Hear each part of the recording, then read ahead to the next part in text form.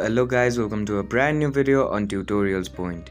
In today's video, I'm going to teach you some easy steps on how you can sign out of your Call of Duty account. Before we start the video, don't forget to like, share and subscribe to the channel for more such useful tutorials. Without further ado, let's move on to the video.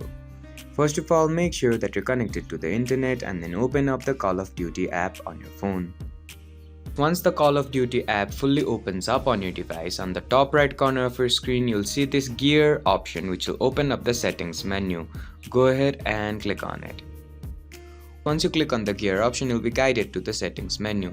Now on this menu on the left hand side of your screen you'll see some options. Scroll down and find the legal and privacy option and click on it. Once you click on the legal and privacy option, you'll be guided to another page. Now on this page you'll see multiple settings and options that you can alter with on your screen. But on the bottom right corner of your screen you'll see this logout button just on the right side of your name. Go ahead and click on it.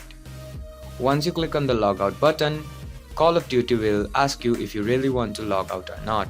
So if you want to log out, click on this OK button. As you can see on my screen, once I click on the OK button, I'll be logged out of my Call of Duty account and I'll be guided to the login page.